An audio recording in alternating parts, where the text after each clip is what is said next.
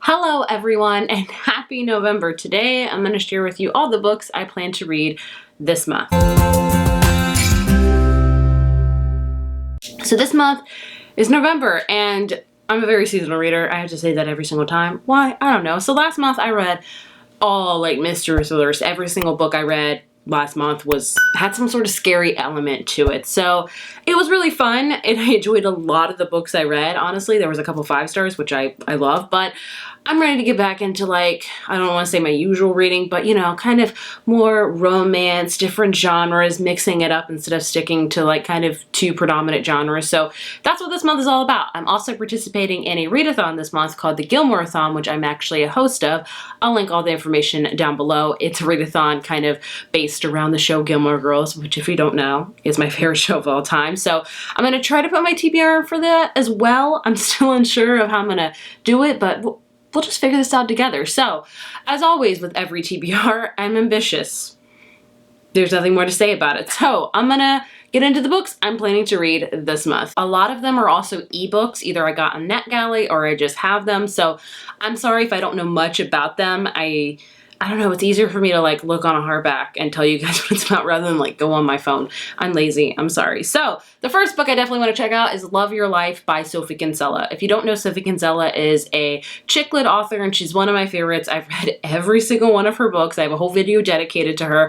I have a whole video about her books and her newest release came out, I believe last month, called Love Your Life. All I know about it, it's about these 2 people that meet at like this writer's retreat, only like this other retreat kind of goes with them, and these 2 people meet and they kind of fall in love, but they don't share their real identities. And then when they go home for the weekend and decide, hey, let's, you know, maybe continue our relationship, and they reveal who they are, it kind of gets a little bit hard. That's all I know about it. I love Sophie Kinsella books. I will say her last couple ones I have not liked, so I am a little bit apprehensive to it. I'm going to try to listen to this one because I always recommend you listen to Sophie Kinsella audiobooks because I just enjoy them, but I don't have time to listen to audiobooks, honestly, so I might just have to physically read it, and I do have an ebook copy, so that's probably what I'll do. Next up, I have Ties That Tether by Jane Agaro. This one came out last month too, I believe. This is an adult romance, but I know it has a lot of serious topics in it. Basically, it's about a Nigerian woman that falls for a man she knows will break her mother's heart, so she has to choose between love or family. So I believe she falls in love with a white man, and her family is very unhappy with it and gives her an ultimatum. I do believe this has topics about pregnancy, maybe, and miscarriage. I'm not sure. I'll have to let you know when I get into it, but I do know those are some trigger warnings for that. I've heard this is much more serious than it presents itself, so I'm nervous in that regard, but I really want to check it out because it sounds really good. It might make me cry. It probably will make me cry. Then I have A Deadly Education by Naomi Novik. This is a YA, I believe, fantasy book. I have tried reading one of her other books before called Spinning Silver, and I really enjoyed it, but I DNF'd it. And you're like, that makes no sense. And you're exactly correct. So I got to about like a quarter, maybe close to midway through, and I DNF'd it because while I was really enjoying it, it was so slow and it was taking me forever to read. I was like, ugh. And it was a long book. Like, I want to say it was maybe close to 500 pages. This one's much more feasible, at least I hope. Yeah, it's only 300. So I think I can do this one. All I know, it's about this school, I think the Scalamance, and it's like a school of magic, I think. I don't know. A lot of people say it's very info heavy, so we'll have to see, but I want to give this author another chance because I enjoy her writing so much. I just hope that this one goes faster, but by the reviews I've seen, it doesn't. So I'm gonna try it. Will I finish it? I don't know. Next up, another adult romance is The Boy Toy by Nicola Marsh, I believe. This is about a girl that kind of has a fake relationship, maybe with like a stunt man. I'm not sure 100%.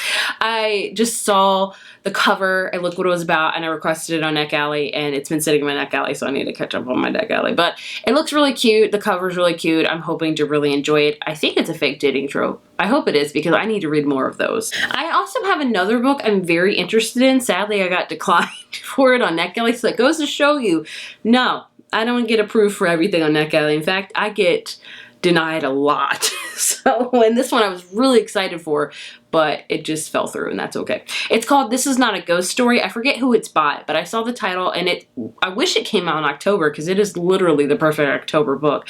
And it's about this girl that I think has to house sit for this house that's really creepy and odd. Things go awry, and goodness me, I know I said it was over thrillers, but this one sounds really good. And it's YA. I'm more intrigued. I hope it's good. Okay, I think those are all the books that I am planning to read outside of the Gilmoreathon. So if you don't know, the Gilmoreathon has 7 challenges, or you could do the bingo board. And by that, I mean you could whatever you want to do, which is exactly what I'm going to do. So I've picked a few books that I want to read during that week. Will I read them all? Probably not, but I'm just going to make them fit into different challenges, because that's how I work readathons, and if you want to do that too, you go for it. So the first one I am very eagerly excited about is Chasing Lucky by Jen Bennett. This is her newest release. She writes YA contemporary. I love all of her books.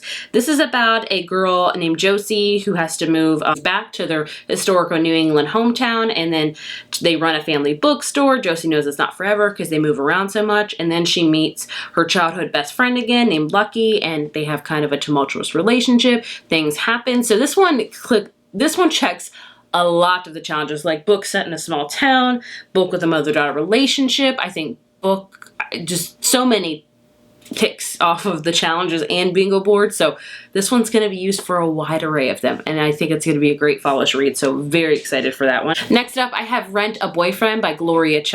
This one is another YA contemporary. I've been in the mood to read them, and I'm happy I'm returning to them. So it's what the title says, about this girl that rents a boyfriend to appease her parents. Things go from there. It sounds adorable. I'm using this for the challenge for read a book by an Asian author, and also read a book with complicated love interests, because that sounds complicated in my opinion. But it looks really cute, and I hope that I will love it. Next up, we have Love and Olives by Jenna Evans Welch. Yet again, another YA contemporary. Sensing a trend for this readathon for me. This is her last book, I think, in her Love and Gelato series. I don't know, where it's all about kind of traveling, and it's about this girl that has a really not the best relationship with her dad, but they've always had this obsession with Atlantis. So her dad invites her to Greece to kind of explore Atlantis and learn more about it. So she goes, and it's kind of all about Greece and things like that. This book and actually Chasing Lucky were supposed to come out like spring, summer months, but they got pushed back due to COVID. So I'm reading them in the fall. They might be more summery books. I'll let you know, but either way, I'm planning to read them. As the last book I'm planning to read for the readathon is Instant Karma by Marissa Meyer. Marissa Meyer, I can talk, has written a ton of fantasy books. She wrote the Cinder series. I don't know what you should call it. She also wrote the Renegade series, which I enjoyed. So I really enjoy her books. This is her first take on a YA contemporary, and it's all about this girl that has this ability to cast karma upon people. And the one person that she really wants to cast karma upon the most, like her high school rival, she can't for some reason. So it kind of goes on from there. I don't know what I'm going to use this one for. Maybe complicated love interest. I'm just going to have to play around with the bingo board and the challenge. So yeah, those are the 4 books I'm planning to read for the readathon. I think I'll go through them pretty quickly because I read YA contemporary very fast. Oh, I forgot about one. I was thinking I could maybe fit The Deck of Omens by Christine Lynn Herman in there. This is the second and final book to the Devouring Grey duology, and this would fit for the challenge for read a book in a series you haven't finished yet.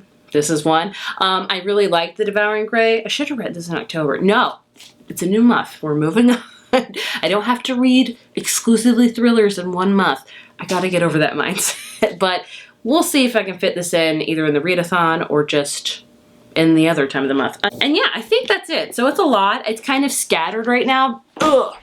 It's a lot. It's kind of scattered right now because I don't know exactly what I'm going to read for the readathon. So I might just have to wait till the week of and make a decision. Your guess is as good as mine. But I'm very excited for this month for the readathon because Gilmore Girls, you best believe I'm going to vlog it, share with you some of my favorite episodes. I have a whole video about that. But yeah, I would love to know if you're participating in Gilmoreathon and also what you're reading this month. Please let me know.